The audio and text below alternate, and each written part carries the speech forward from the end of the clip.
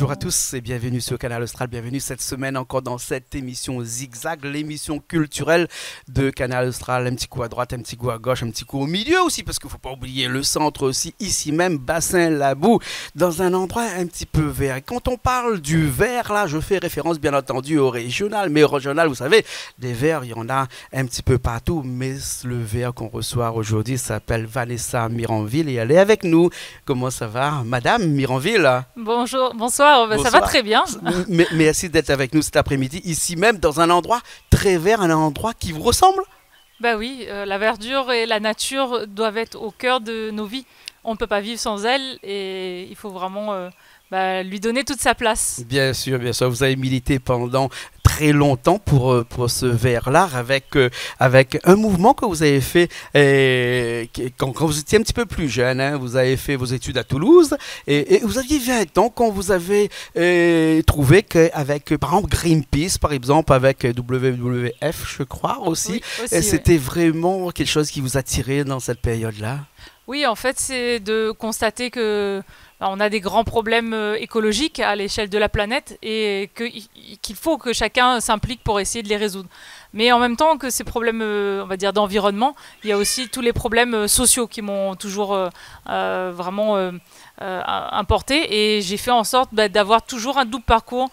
L'environnement et l'homme. Il faut que les deux vivent ensemble. Comme on dirait en bon latin, in solidum, hein, les deux ne peuvent pas aller sans l'autre. Si on veut protéger la nature, bien entendu, c'est pour l'humain, c'est pour nos enfants aussi. Hein, et ça vous tient vraiment à cœur. Hein. C'est pour ça que vous êtes, on le rappelle, vous êtes Madame la maire de la Possession. Vous étiez l'une des premières maires de La Réunion. Femme, oui, maire de La Réunion. Alors, il y a eu Madame de Châteauvieux avant moi, Madame Bello également, mais effectivement, très peu de femmes. Aujourd'hui, nous sommes 4. Moi, j'étais la seule au mandat précédent, aujourd'hui 4. Donc, on voit bien qu'on n'est pas encore à la parité. Voilà, hein, préférez Madame le maire ou Madame la maire? Moi, souvent, je dis quand même Madame le maire parce que Madame la maire, on voit la plage, les cocotiers. Alors que la fonction est beaucoup plus sérieuse. D'accord. Vous aviez aux alentours de 27 ans quand vous vous êtes présenté pour la première fois aux élections régionales ici à La Réunion. Hein. Oui. C'était un petit peu jeune peut-être. Hein. Vous n'avez pas fait beaucoup de voix, hein, certes, mais entre-temps, il y a eu de l'eau qui a coulé sous les ponts. Hein? Et là, vous revenez en 2021 pour un nouveau mandat à la région, avec beaucoup plus d'espérance, beaucoup plus de choses à faire, à dire. Et qu'est-ce qui vous anime vraiment pour ces élections-là? En fait, ce qui m'anime depuis cette première candidature, il y a maintenant 11 ans, c'est que j'ai rencontré à l'époque des jeunes comme moi, et notamment des jeunes étudiants, qui me disaient « Ah, de toute façon, moi, la politique, il n'y intéresse pas moi. Toute la bande, il ment, il raconte n'importe quoi, il fait des promesses, il ne tient jamais les promesses que vous avez fait. » Et là, ça m'a choquée parce que je me suis dit, si les jeunes Réunionnais ne votent pas et ne s'intéressent pas à la politique, qui va faire l'avenir? Qui va écrire le destin de la Réunion? Donc là, moi, ça a été vraiment un électrochoc de constater la fracture qu'il y a entre les citoyens, et notamment les jeunes, envers les politiques. Donc là, moi, ça m'a motivé plus que jamais à faire de la politique proprement, honnêtement, avec vraiment des valeurs morales très très fortes. Et depuis, le parcours que j'ai eu prouve que j'ai tenu cette parole-là, cet engagement vis-à-vis des citoyens. C'est indispensable de respecter cet engagement moral. Bien sûr, avec un mandat comme maire, votre deuxième mandat, hein, qui est un petit peu différent que lorsqu'on qu'on a un mandat au régional pendant ces 10 dernières années. Et là, vous êtes mordu un petit peu les lèvres en disant que ce qui faisait au régional n'était pas bon, en tout cas n'était pas votre façon de penser. C'est pour ça que ça vous a motivé pour revenir là? Alors, honnêtement, au début du mandat municipal, en 2014, j'étais déjà vraiment tellement occupée avec gérer ma mairie, redresser surtout la mairie de la Possession. Il faut juste rappeler, c'était quand même un trou de 20 millions d'euros dans une caisse de 60 millions d'euros de budget annuel.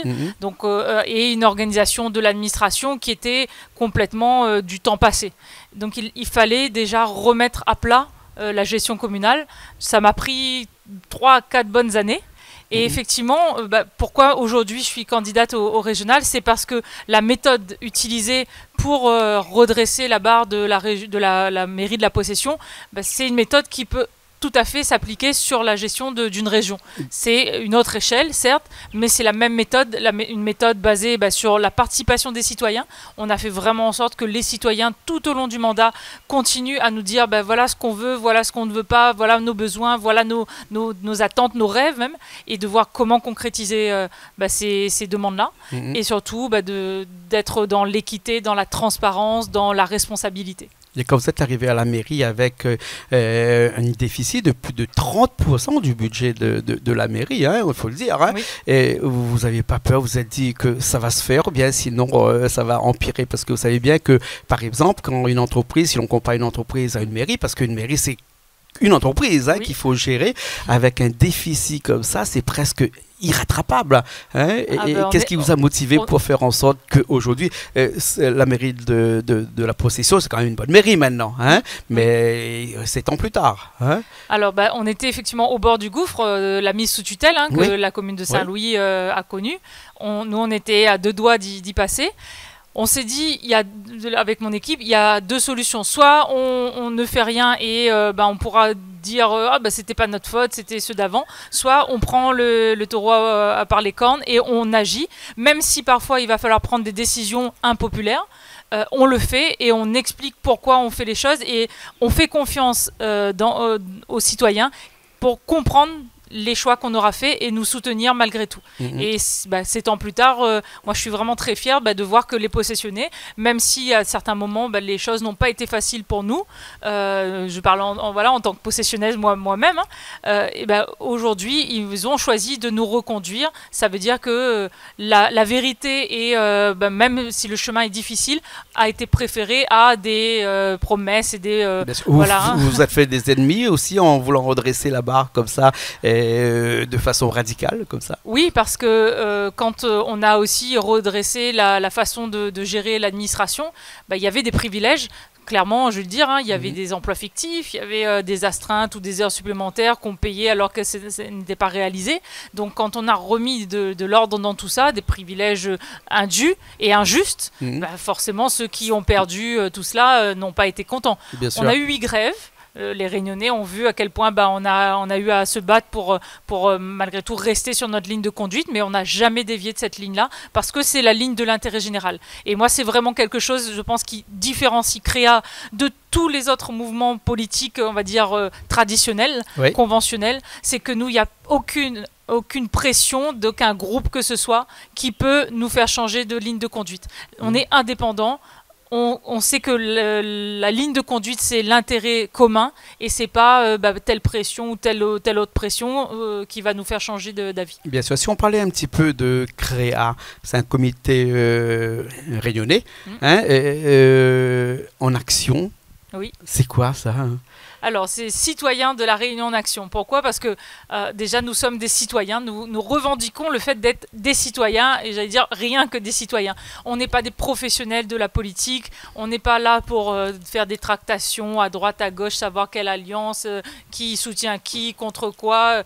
Nous, on est juste là pour être des citoyens investis et engagés. Et d'ailleurs, la liste que je présente, c'est la seule véritable liste citoyenne, c'est-à-dire de Réunionnaises et de Réunionnais qui déjà dans leur quotidien, alors soit parce qu'ils sont entrepreneurs, soit parce qu'ils sont associatifs, ou j'ai des sportifs de haut niveau qui sont avec moi, ou des gens qui sont dans le domaine de la culture, qui ont une vision de la Réunion, et on a partagé cette vision et on a monté un programme et un projet, je veux dire déjà un projet pour les 20 à 30 ans à venir, et on en a sorti un programme pour les élections régionales qui soit vraiment en faveur du bien-être de tous les Réunionnais. C'est pour ça que vous parlez de démocratie participative. Voilà, et le en action est très important parce que nous on n'est pas là juste pour parler, on est là vraiment pour agir. Je donne un exemple concret.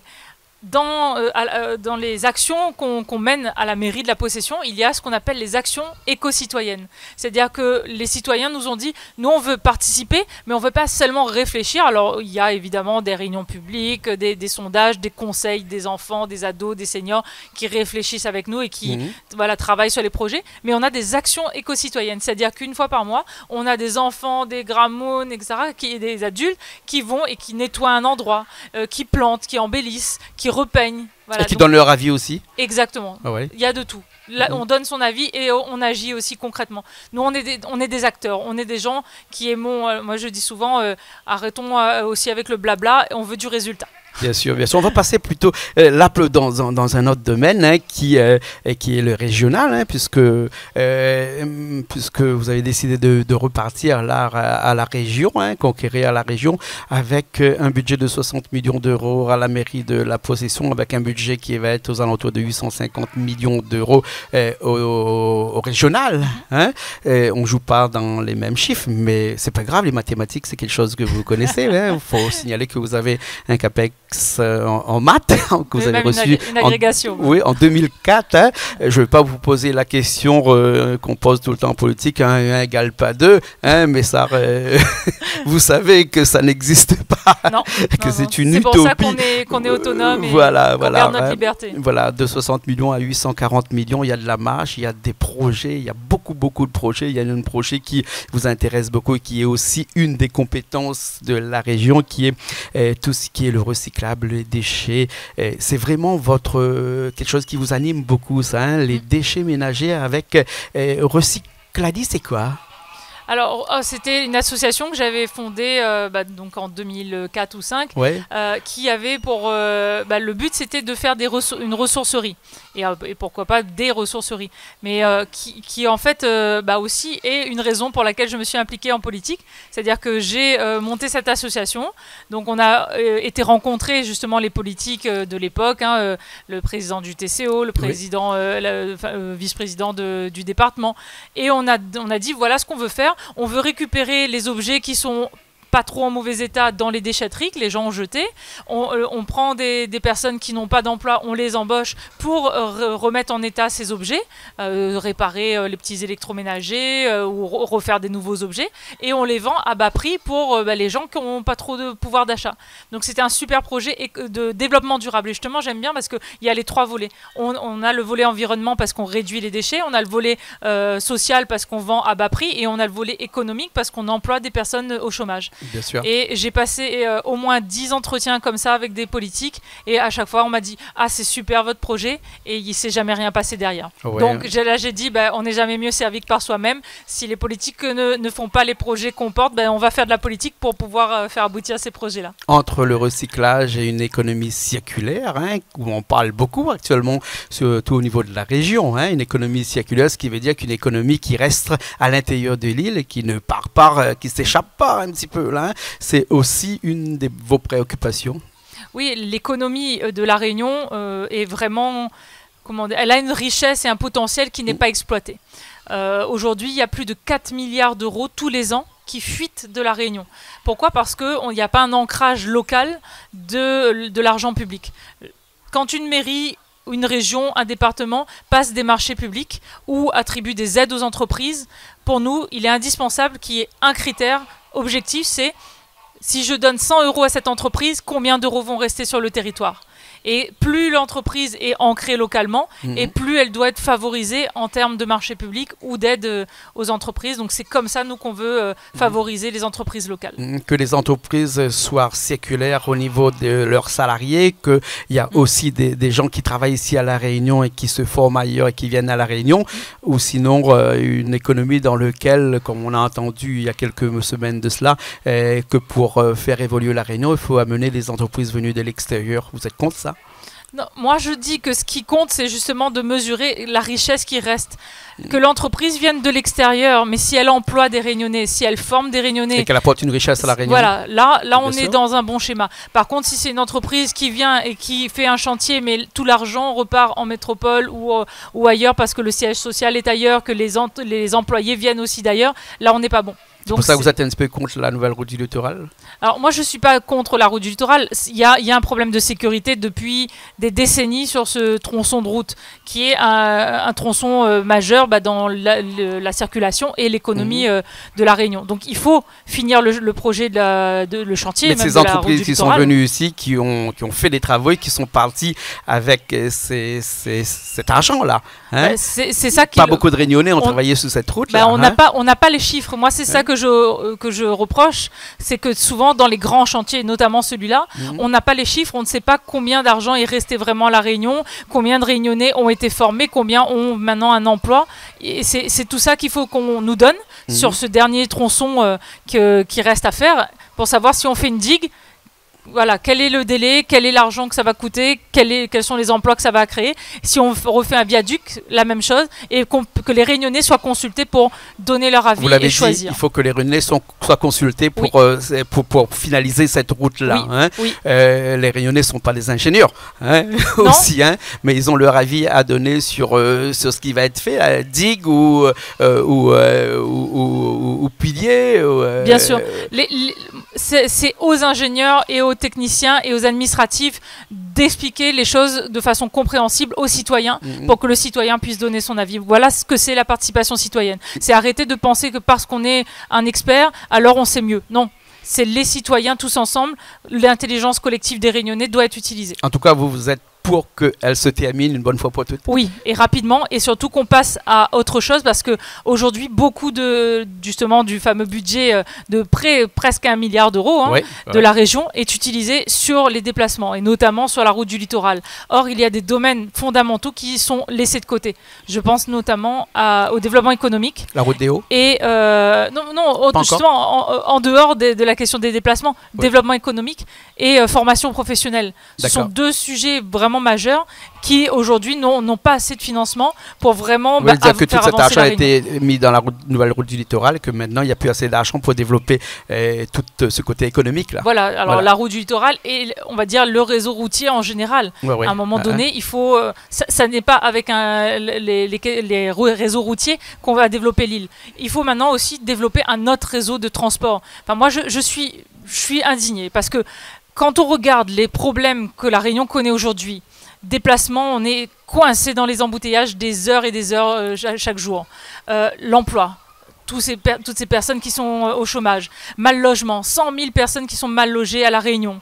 L'illettrisme, 100 000 personnes aussi qui sont toujours illettrées. Et tous ces chiffres-là restent les mêmes depuis 10 ans, depuis 20 ans. Donc ceux qui nous disent, oui, croyez-moi, cette fois je vais résoudre ce problème, mais pourquoi ils ne l'ont pas fait il y a 10 ans? Pourquoi ils ne l'ont pas fait il y a 20 ans? Si on veut résoudre ces problèmes-là, il faut faire des choses qui n'ont jamais été faites. Nous, on est vraiment dans cette optique de l'innovation, de l'ambition.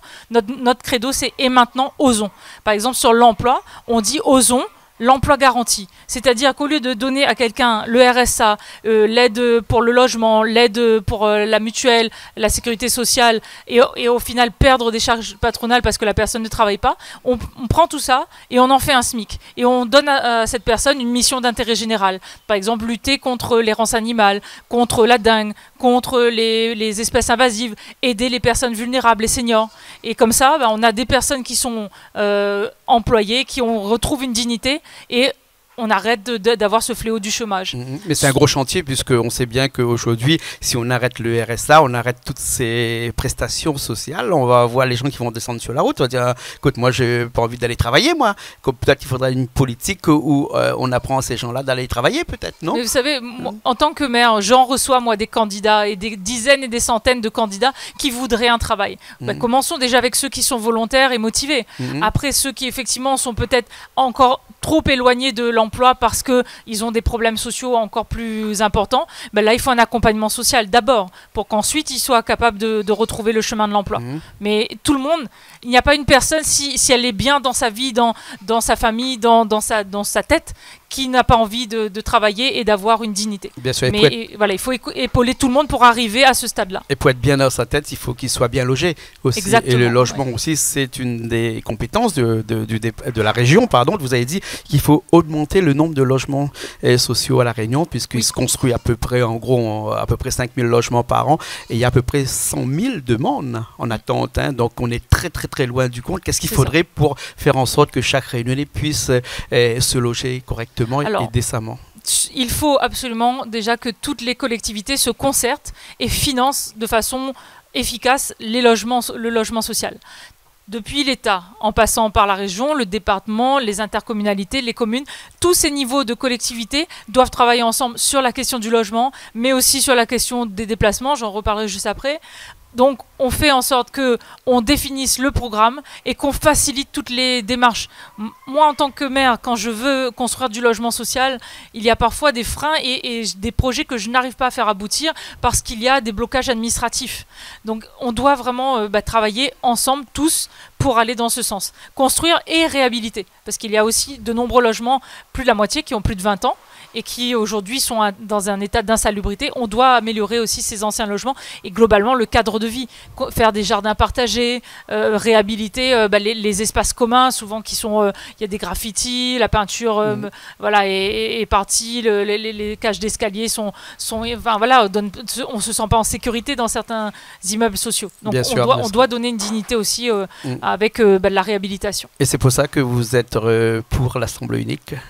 Alors, moi, Vous savez que la région, le département, c'est vraiment une des spécialités de la Réunion. C'est une spécificité de la Réunion. Ça n'existe nulle part ailleurs où une région a un département. Hein, c'est vraiment une spécificité. Comme il y en a beaucoup aussi de spécificités ici à la Réunion. Vous avez dit que vous étiez pour l'unification, si on peut appeler ça comme ça, de la région et du département. Parce que si on considère que le département, c'est à peu près 1,160 milliard d'euros et que la région, c'est 850 millions d'euros avant les aides, bien entendu, ça fait un petit peu plus de 2 milliards d'euros qui pourraient s'unir pour pas dire que ah non, ça c'est pas moi, ça c'est l'autre, ça c'est pas moi. On parle des lycées, on parle des collèges, on parle des routes aussi départementaux, des routes nationales. Si on essaie d'uniformiser tout ça, d'unir tout ça, j'ai l'impression que quand j'ai lu un petit peu sur vous, que vous êtes un petit peu pour, non? Alors, moi, ce que je dis, c'est qu'en tout cas, la question doit être posée. Et à nouveau, on doit consulter les citoyens. Ça aussi, c'est une décision importante, politique. On en parle beaucoup depuis très longtemps. Hein. Oui. Aujourd'hui, c'est pas encore fait. Oui, mais quand est-ce qu'on a vraiment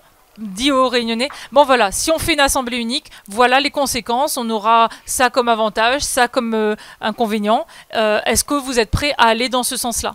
C'est ça la démocratie participative, c'est vraiment sur les grands sujets de fond, interroger les Réunionnais et leur proposer les différents choix possibles et qu'on entende la voix des citoyens. Sur les déplacements, la même chose. La concertation et la collaboration de toutes les collectivités est essentielle. Je disais que je suis en colère parce que quand on voit comment on est prisonnier aujourd'hui de la voiture, donc c'est mauvais pour le stress que ça génère pour tout le monde, la pollution que ça génère, ça bloque l'économie locale. Et au final, on a des projets qui sont en train de se monter.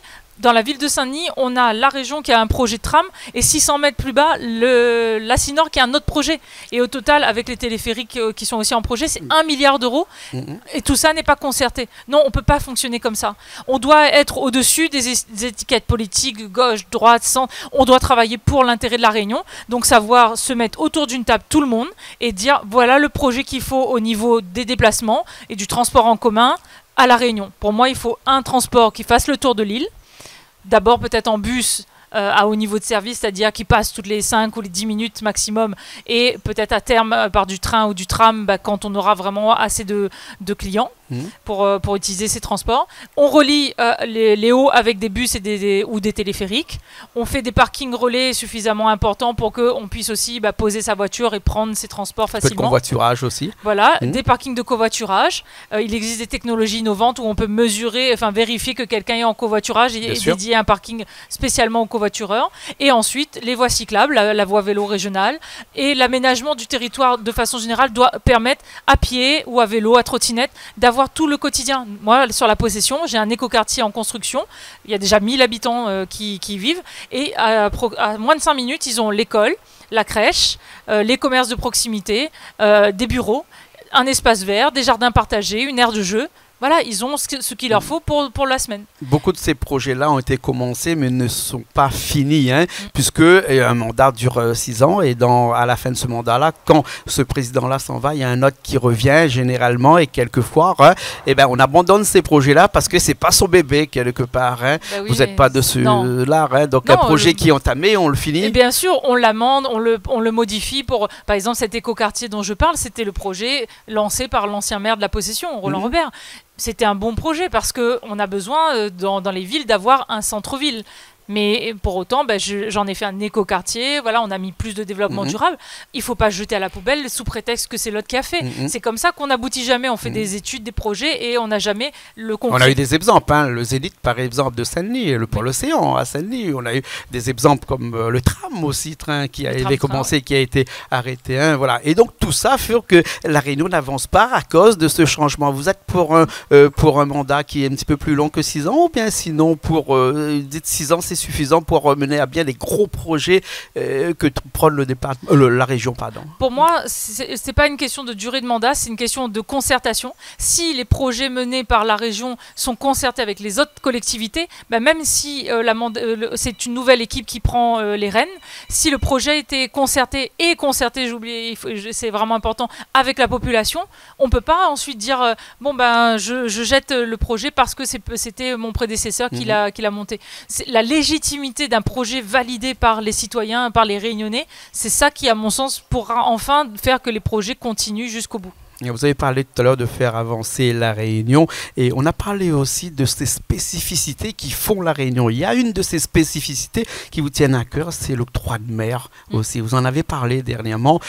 C'est quand même aussi, on ne va pas appeler ça une aberration, mais ça fait vivre les communes, ça fait vivre notre économie ici, mais c'est fait quand même partie à la Réunion d'une spécificité. On a les autres DOM qui n'ont pas ça. En France, aucune commune n'a l'octroi de mer. Hein. Vous pensez qu'il faut arrêter l'octroi de mer ou bien sinon que c'est une bonne chose pour que la Réunion puisse avancer? Pour moi, il faut le garder parce que si on n'a pas l'octroi de mer, il faut faire attention. Nous, on a une TVA réduite. Vous êtes maire. On a une TVA réduite. Donc, si on enlève l'octroi de mer, mais si c'est pour passer à la TVA à 20%, voilà, 20%, on ne va pas y gagner au change.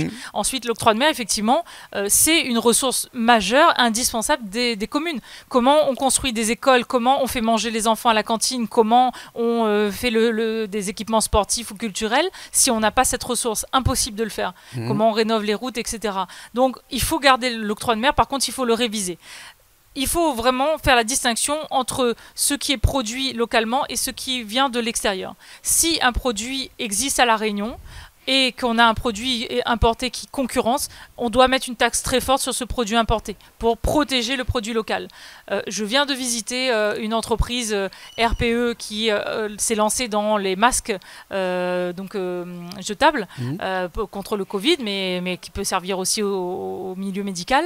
Et on a 3 autres entreprises qui ont aussi développé cette autonomie, et c'est très bien pour ne pas dépendre de l'extérieur. Mais sauf qu'aujourd'hui, il n'y a pas de taxe sur les produits importés, les masques importés de Chine ou d'ailleurs. Donc finalement, ils sont désavantagés et le produit local est plus cher. Bien sûr. Donc voilà pourquoi il faut faire une taxe différente. Par contre, effectivement, pour le Réunionnais, pour son pouvoir d'achat, si un produit n'existe pas à La Réunion, là, il ne faut pas mettre un octroi de mer trop fort. Parce que ça veut dire qu'on emprisonne le Réunionnais à payer cher quelque chose où il n'a pas le choix que de prendre un produit importé. Sauf évidemment les produits de luxe, la parfumerie, etc. Ça, oui, il faut mettre un octroi de mer très fort. Bien sûr, donc vous êtes pour que l'octroi de mer puisse continuer et que ça fait vivre notre économie. Hein, et protéger surtout notre économie. Protéger l'économie et protéger le pouvoir d'achat des Réunionnais. On baisse l'octroi de mer sur les produits de première nécessité et on l'augmente sur les produits de luxe. D'accord. Il nous reste 3 minutes avant de finir. Hein. Ça va vite, 30 minutes. Hein. Alors, juste une question. Alors, je reviens avec le fait que vous êtes mathématicienne. Hein. Vous avez fait un CAPES de mathématiques en 2004. Hein. Et je vous disais tout à l'heure que 1 égale pas 2. Ce qui veut dire que vous vous lancez dans cette bagarre, parce qu'on peut appeler ça. Vous êtes à 11 là pour briller un poste régional, hein, le président ou présidente de la région. Et au deuxième tour, il faut 12,5%, on sait. Hein, et on sait bien que vous avez toutes les capacités pour arriver à ce deuxième tour-là. Et est-ce que 1 au deuxième tour égalera toujours à 2 ou bien sinon on égalera à une nuance politique, comme je dirais tout le temps, une anomalie politique qui ferait qu'il y aurait des alliés ou des assemblages qui se feront et que le grand public serait à même de croire ou de ne pas croire cette possibilité. Les citoyens sont fatigués des alliances. Je te critique au premier tour et ensuite tu deviens mon camarade au deuxième tour. Ça ne marche plus. Les gens ne veulent plus entendre parler de ça. Moi, ce que je propose, je ne suis pas dans la bagarre non plus, je ne suis pas dans l'idée il faut absolument être contre celui qui est sortant. Non, moi je propose un projet, moi je propose un rêve celui d'une réunion où tout le monde a sa place, tout le monde a un bien-être assuré.